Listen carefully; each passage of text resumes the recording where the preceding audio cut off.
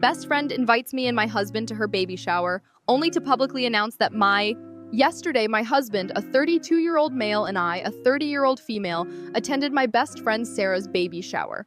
Sarah, also 30, and I have been inseparable since our college days. Back then, we started as random roommates assigned by the university housing system, but what began as convenience quickly transformed into one of the most meaningful relationships in my life.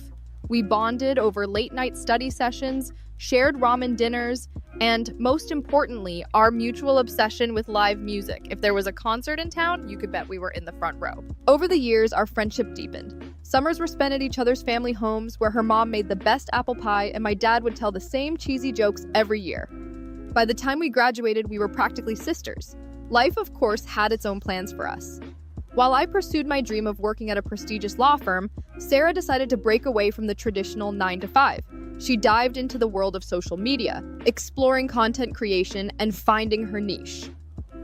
Despite our contrasting paths and often chaotic schedules, we held tight to our weekend rituals. Whether it was hiking, trying out the latest trendy restaurant, or binge-watching our favorite rom-coms, we made sure to prioritize our time together. It was during one of these cherished girls' nights out that I met Michael.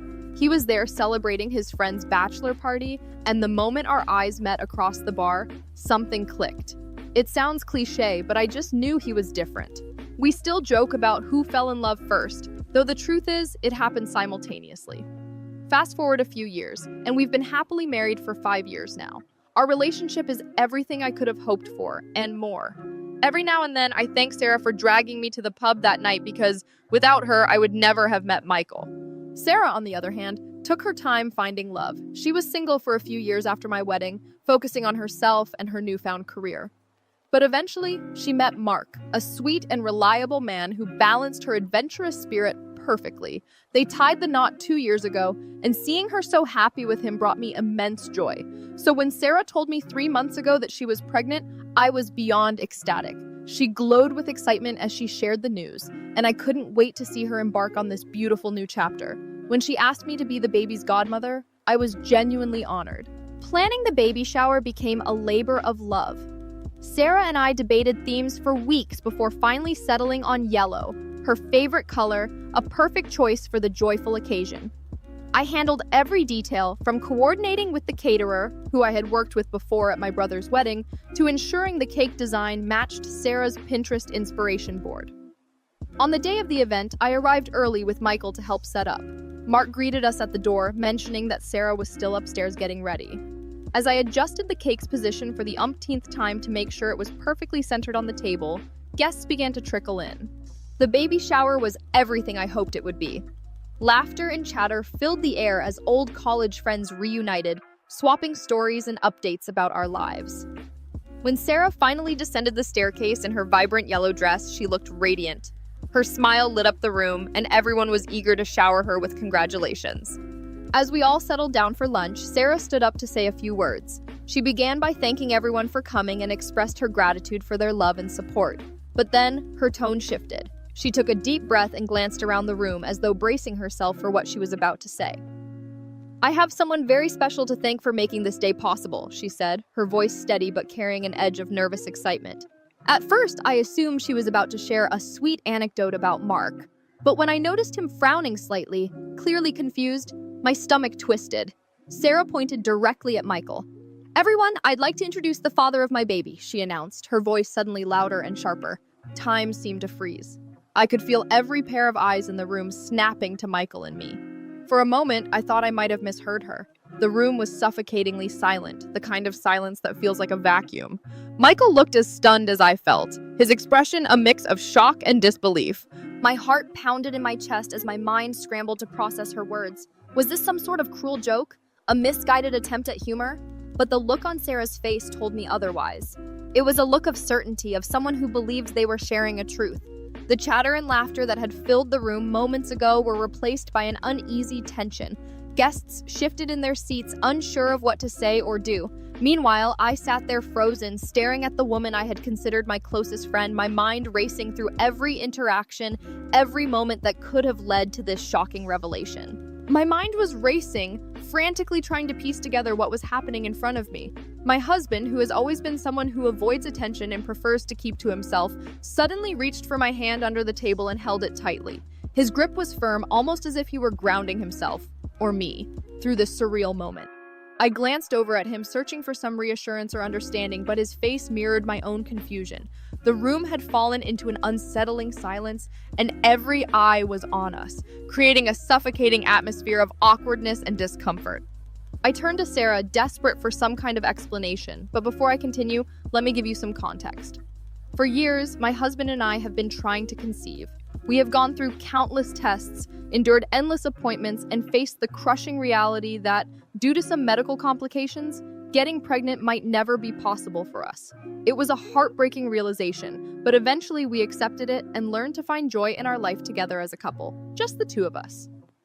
This was not a story I shared freely. Only a select few, close family members and trusted friends, knew about our struggles, Sarah being one of them. And yet, here she was, standing in front of everyone, publicly referring to my husband as the father of her unborn child.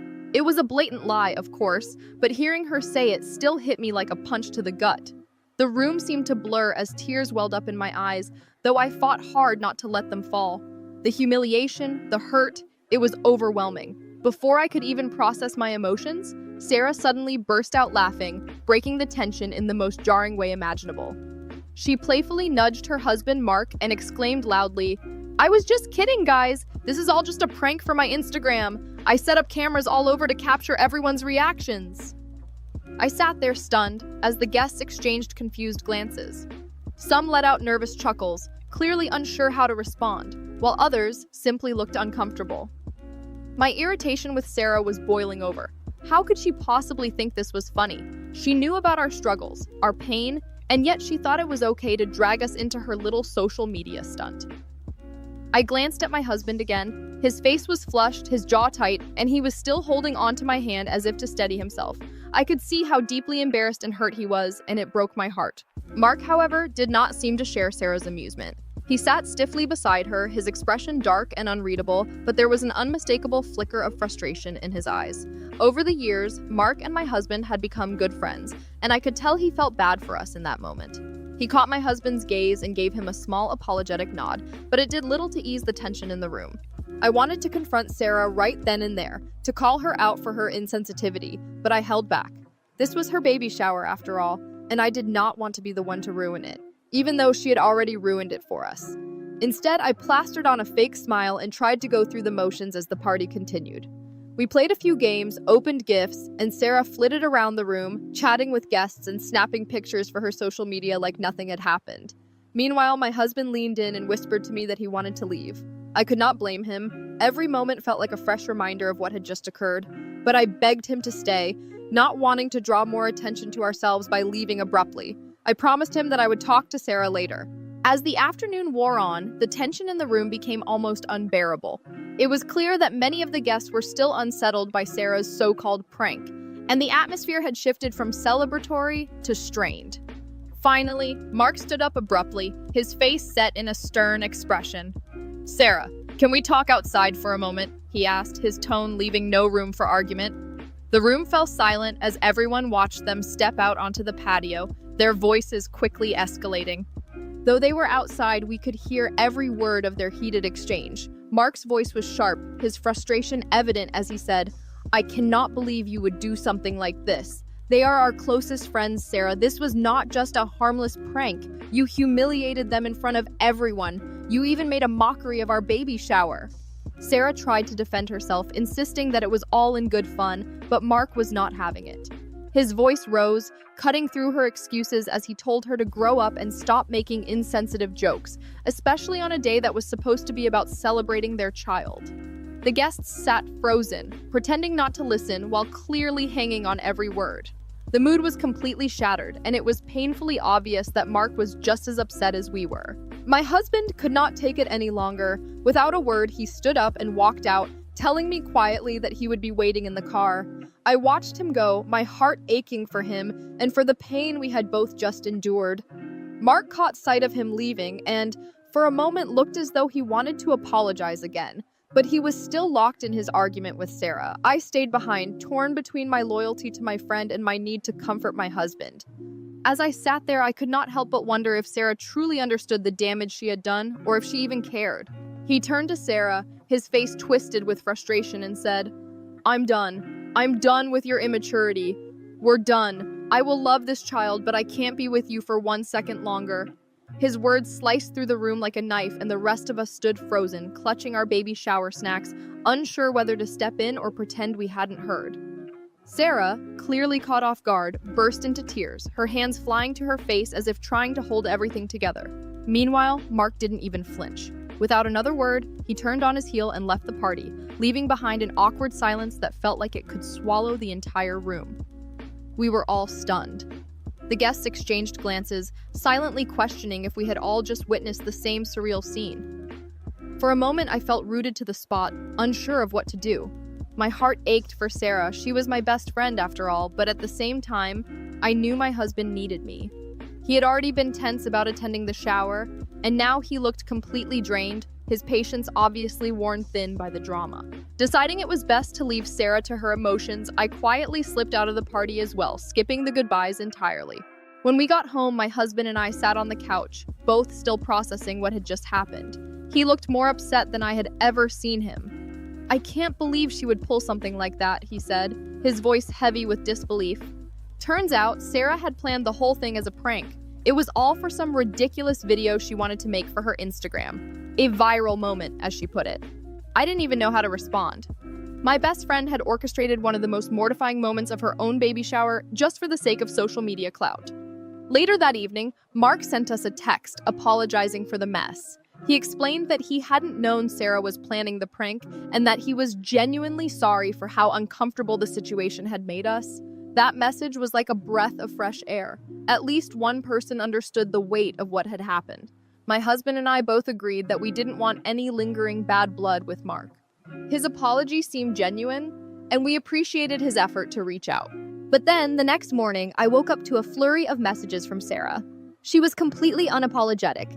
Instead, she doubled down, explaining that she had pulled the prank because she was feeling overwhelmed by her pregnancy and wanted to distract herself with something fun. Fun? She claimed she couldn't understand why we were so upset and even asked why I had left the party without saying goodbye.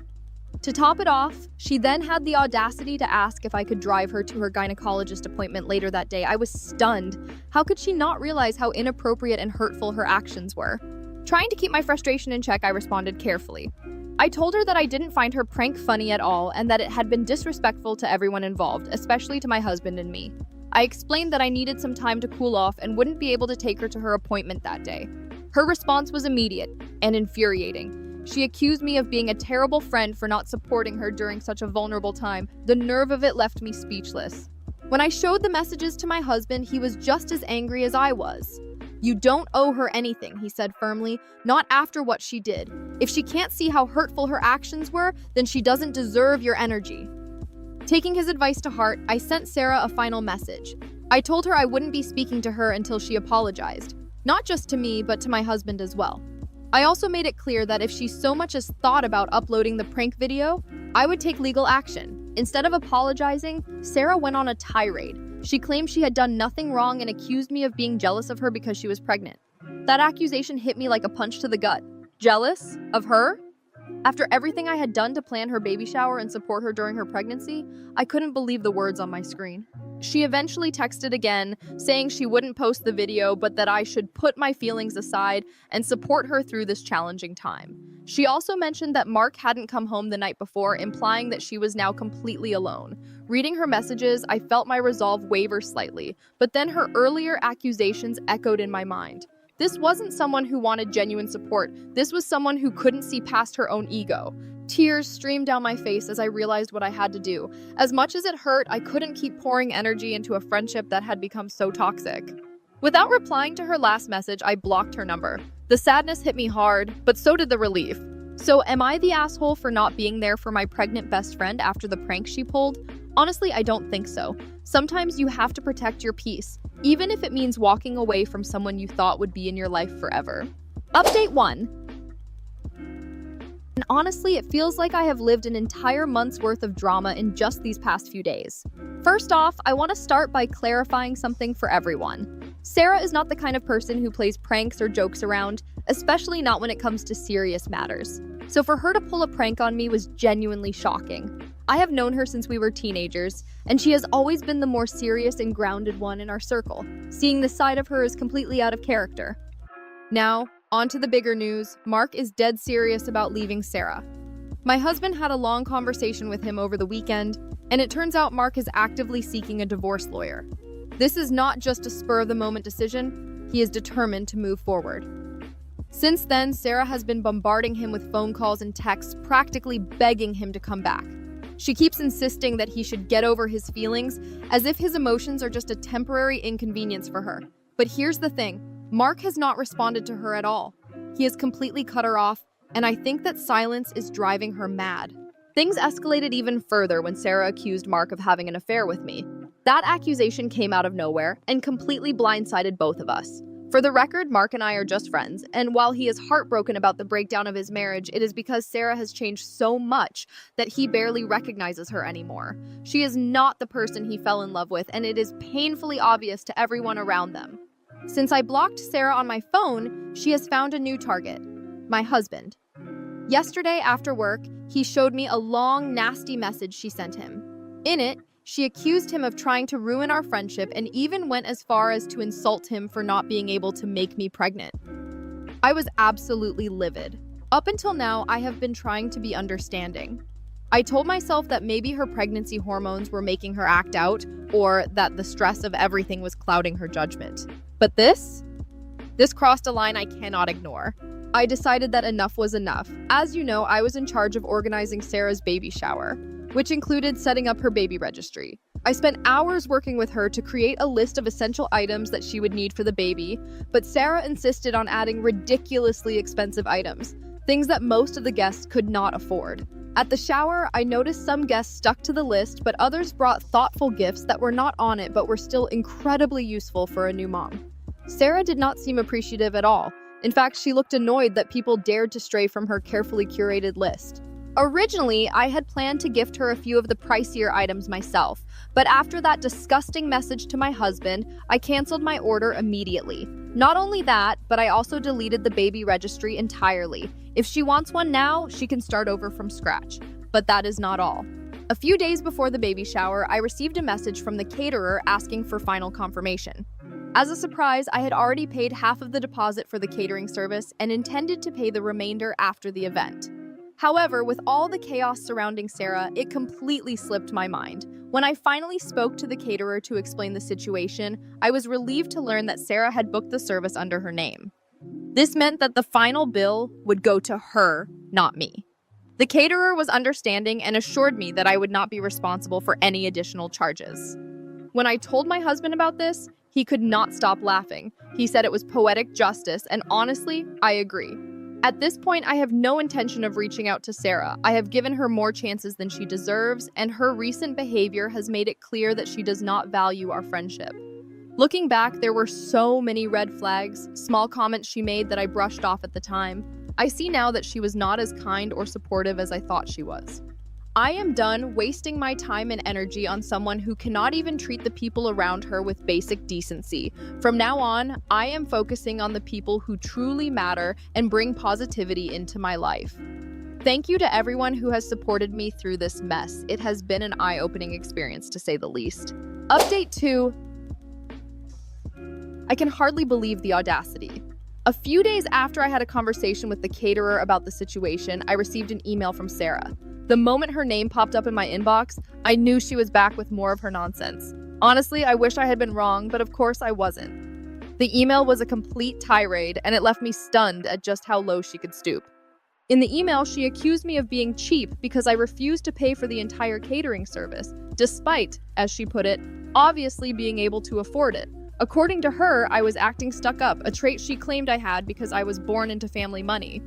Then, as if that wasn't vile enough, she went for the jugular. She said she was glad I could never be pregnant. Let me say that again. She celebrated the fact that I couldn't have kids. I don't know what kind of person you have to be to write that to someone, but apparently Sarah has no problem crossing every line. She didn't stop there, though.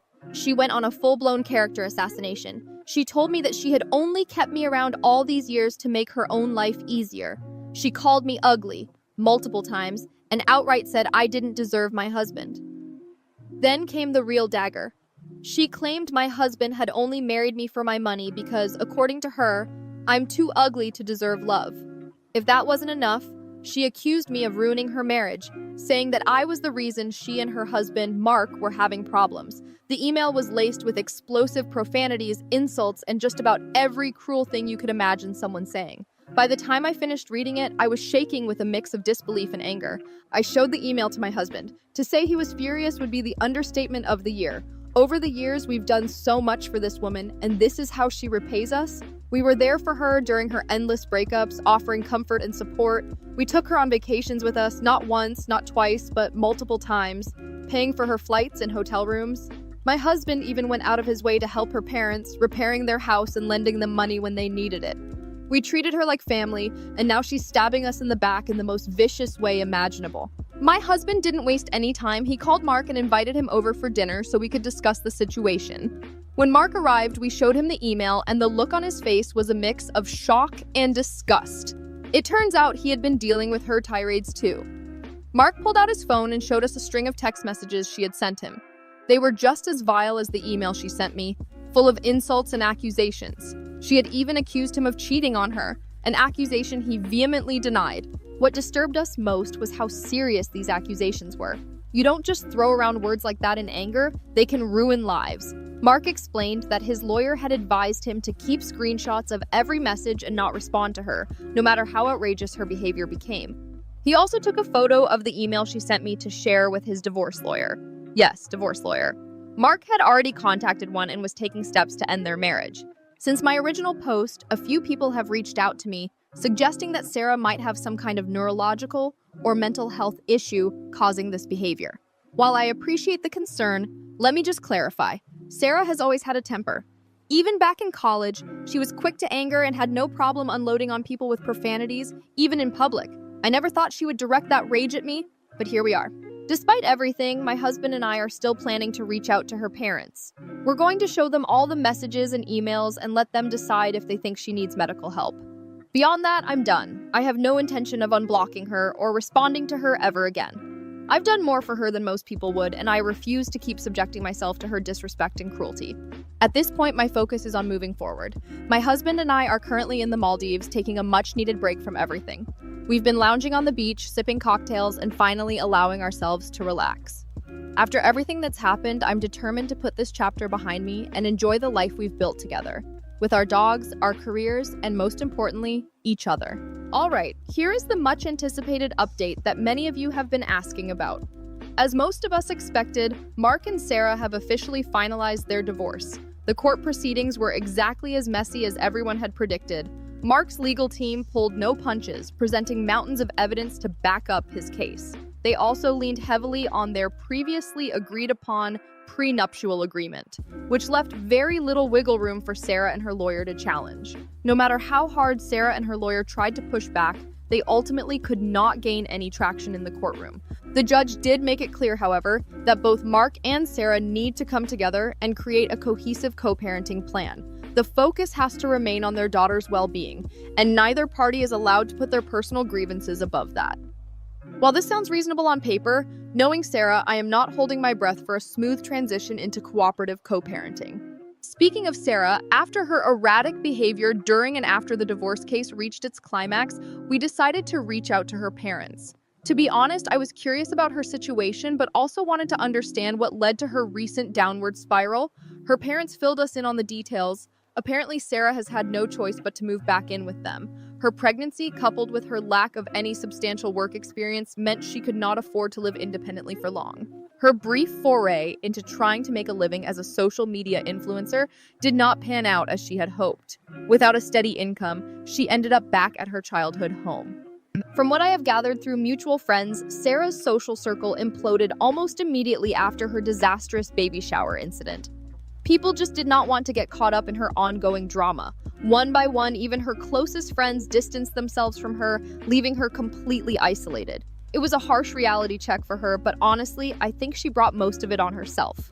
Mark, on the other hand, seems to be thriving, or at least as much as one can in this kind of situation. He stayed away from Sarah throughout the latter part of her pregnancy, likely for his own sanity. The only exception was when she went into labor. Mark was there the entire night in the delivery room, and he got to witness the birth of their daughter. Since then, he has thrown himself into fatherhood with an enthusiasm I did not expect. He spends as much time with his daughter as he can, and he is fully committed to providing financial support as per the court agreement. Mark has also been leaning on my husband for support. The two of them meet up every weekend without fail. Sometimes they play golf, other times they just sit down for a few drinks and talk. It is good to see him finding some sense of normalcy after everything he has been through. Oh, and in case anyone was curious about the whole baby shower catering fiasco, Sarah did eventually pay the bill. It was not out of the goodness of her heart, though. The caterer had to threaten her with legal action before she coughed up the money. It is just another example of how she continues to avoid taking responsibility until her back is against the wall. Sarah has also been sending me emails, which I honestly should have expected.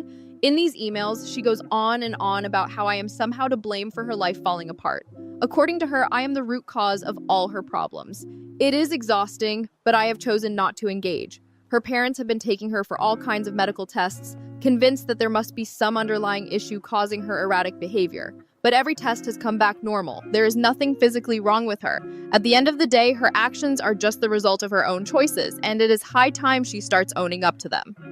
For the sake of her daughter, I truly hope Sarah can turn things around.